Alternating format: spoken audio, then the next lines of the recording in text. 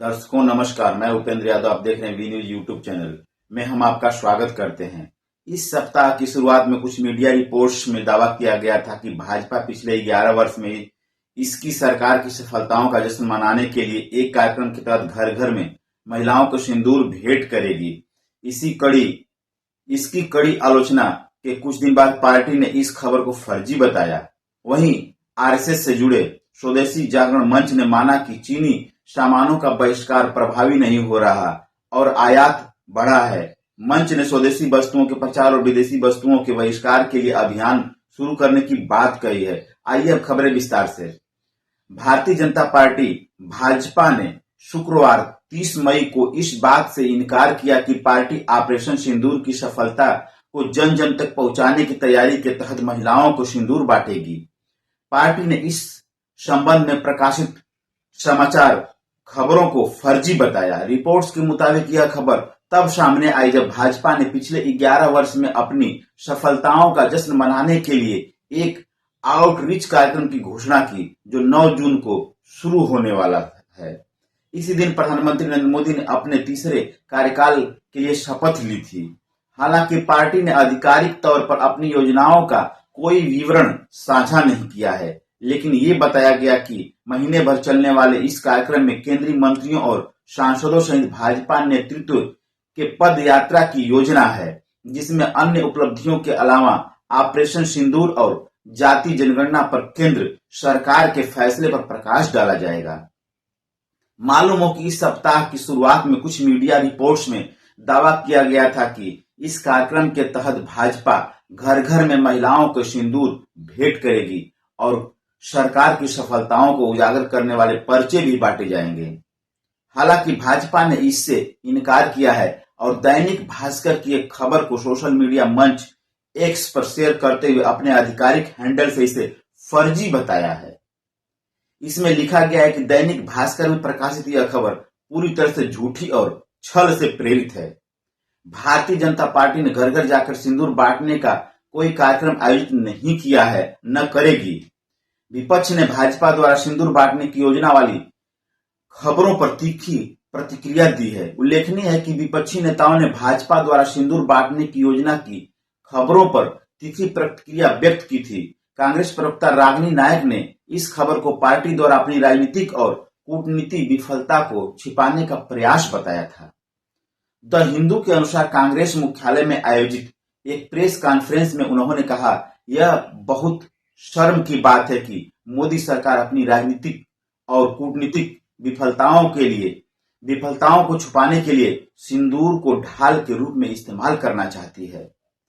सशस्त्र बलों की वीरता और बहादुरी का श्रेय लेने के लिए मोदी सरकार किस हद तक गिर सकती है, रागिनी नायक ने दावा किया। जब नरेंद्र मोदी देश के हर जिले और हर कोने में ऑपरेशन सिंदूर के बड़े बड़े पोस्टर लगाने से संतुष्ट नहीं हुए, जिन पर उनकी तस्वीर लगी थी सेना की वर्दी पहने, अब भाजपा ने घोषणा किया है कि वह घर घर जाकर सिंदूर बांटेगी। मालूम हो कि हाल ही के दिनों में भाजपा और प्रधानमंत्री मोदी को ऑपरेशन सिंदूर के अस्पष्ट राजनीतिकरण को लेकर विरोध का सामना करना पड़ रहा है। इस बीच भाजपा आईटी सेल के प्रमुख अमित मालवीय ने इन रिपोर्टों का खंडन करते हुए पश्चिम बंगाल की मुख्यमंत्री ममता बनर्जी पर एक ट्रोल की तरह निराधार रिपोर्ट को राजनीति के लिए इस्तेमाल करने का आरोप लगाया है और कांग्रेस ने इसे सामने लाने के लिए हल्क कहा है। मालवीय ने एक्स पर लिखा, दैनिक भास्कर में प्रकाशित इस फेक न्यूज के आधार पर कई लोग सोशल मीडिया पर प्रतिक्रिया दे रहे हैं, लेकिन असली बेतुकापन तब शुरू हुआ जब पश्चिम बंगाल की मुख्यमंत्री ने एक आधिकारिक सरकारी मंच से इस निराधार रिपोर्ट का राजनीतिकरण करना शुरू कर दिया। उन्होंने कहा, ममता बनर्जी को अपने राज्य में बिगड़ती स्थिति के बारे में चिंतित होना चाहिए और राष्ट्रीय सुरक्षा जैसे संवेदनशील मुद्दों पर बेतुके बयान देने से बचने चाहिए। पश्चिम बंगाल सांप्रदायिक तनाव की आग में जल रहा है। महिलाएं सुरक्षित नहीं हैं, बेरोजगारों के पास कोई नौकरी नहीं है। ये ममता की प्राथमिकता होनी चाहिए। उन्होंने कहा, जहां तक कांग्रेस प्रवक्ता की बात है, वे हल्के लोग हैं,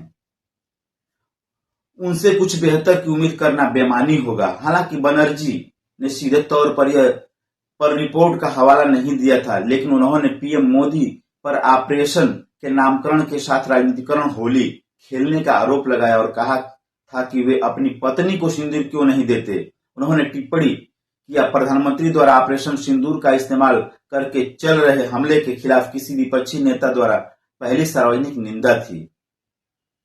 ममता बनर्जी ने एक प्रेस कॉन्फ्रेंस को संबोधित करते हुए कहा था, ऑपरेशन सिंदूर नाम राजनीतिक उद्देश्य से दिया गया था, लेकिन मैं इस बारे में कुछ नहीं कहूंगी। जब सभी विपक्षी नेता विदेश में देश के लिए बोल रहे हैं, उस समय प्रधानमंत्री राजनीतिक होली खेलने आए हैं, यह प्रधानमंत्री को शोभा नहीं देता।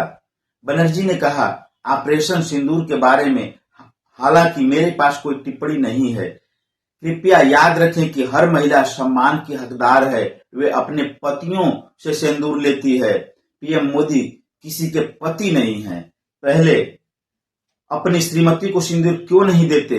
इधर कांग्रेस प्रवक्ता सुप्रिया श्रीनेत ने भी मालवीय की टिप्पणी पर प्रतिक्रिया व्यक्त करते हुए दावा किया कि भाजपा को आलोचनाओं के कारण अपना अभियान वापस लेने के लिए मजबूर होना पड़ा। उन्होंने एक्स पर लिखा, अब ये सस्ती योजना को फर्जी बता रहे हैं। गौरतलब है कि प्रधानमंत्री पिछले 2 सप्ताह में कई रैलियों और जनसभाओं को संबोधित किया, जहां उन्होंने सिंदूर शब्द का इस्तेमाल लोगों का ध्यान खींचने के लिए किया है। हालांकि उन्होंने अभी तक इस बात का कोई उल्लेख नहीं किया है कि पहलगाम हमले के अपराधियों को अभी तक क्यों नहीं पकड़ा गया या हमले की जांच की स्थिति क्या है। वहीं दूसरी खबर की तरफ चलते हैं। राष्ट्रीय स्वयंसेवक संघ आरएसएस से जुड़े स्वदेशी जागरण मंच ने शुक्रवार 30 मई को माना कि चीन के सामानों के बहिष्कार की अपील के बावजूद चीन से आयात बढ़ा है। स्वदेशी जागरण मंच के संयोजक अश्वनी महाजन ने कहा, ये सच है कि देशभक्त लोग चीन और विदेशी सामानों का बहिष्कार कर रहे हैं, फिर भी पिछले कुछ सालों में चीन से आयात बढ़ा है। उन्होंने इसके लिए ई कॉमर्स कंपनियों, विदेशी ब्रांडों द्वारा नियम तोड़ने और भारतीय कारोबारियों के अपनी फैक्ट्रियों पर भरोसा न करने को जिम्मेदार बताया। महाजन ने कहा कि अब देश में अभियान चलाया जाएगा जिसमें स्वदेशी यानी देश में बने हुए सामानों को बढ़ावा दिया जाएगा। उन्होंने इस अभियान को ऑपरेशन सिंदूर और देश की सुरक्षा से जोड़ते हुए बताया कि यह अभियान प्रधानमंत्री नरेंद्र मोदी के हाल की अपील से प्रेरित है। ज्ञात हो कि गांधीनगर में मोदी ने देश के व्यापारियों से अपील किया था कि वे विदेशी सामान न बेचें और इसकी शपथ लें। मोदी यानी प्रधानमंत्री मोदी ने कहा था, हम गांव-गांव व्यापारियों को शपथ दिलाएंगे, कितना भी मुनाफा क्यों न हो, आप विदेशी सामान नहीं बेचेंगे। लेकिन दुर्भाग्य देखिए, गणेश जी भी विदेश में आ जाते हैं। छोटी आंखें वाले गणेश जी आएंगे, गणेश जी की आंख भी नहीं खुल रही है। प्रधानमंत्री ने इस बयान की व्यापक आलोचना हुई थी। इसके इतर सवाल यह भी है कि क्या प्रधानमंत्री नरेंद्र मोदी सीधे सीधे विदेशी वस्तुओं के बहिष्कार की बात करना उनकी अपनी सरकार की नीति के विपरीत नहीं है। कुछ दिन पहले ही अमेरिका के अरबपति एलन मस्क की इलेक्ट्रिक कार कंपनी टेस्ला ने इंटरनेट सेवा स्टारलिंक को भारत में व्यापक मंजूरी मिल गई है, जबकि भारत में कारें भी बनती हैं और इंटरनेट सेवा प्रदान करने वाली कंपनियां भी हैं। कुछ ही महीने पहले मोदी की अमेरिका की यात्रा के दौरान जारी एक संयुक्त बयान में कहा गया था कि आज राष्ट्रपति ट्रंप और प्रधानमंत्री नरेंद्र मोदी की 21वीं सदी के लिए यूएस इंडियन इम्पैक्ट कॉम्पैक्ट नाम से एक नया पहल शुरू किया गया, जिसके उद्देश्य सैन्य साझेदारी, तेज व्यापार और तकनीकी सहयोग के प्रमुख स्तंभों में बदलाव लाना है। इस संयुक्त बयान में 10 साल की रक्षा सहयोग रूपरेखा के अलावा व्यापार और निवेश के विस्तार की बात की गई। यह तय किया गया कि 2023 से 2030 तक भारत अमेरिका द्विपक्षीय व्यापार में दोगुने से भी अधिक बढ़कर $500 अरब किया जाएगा।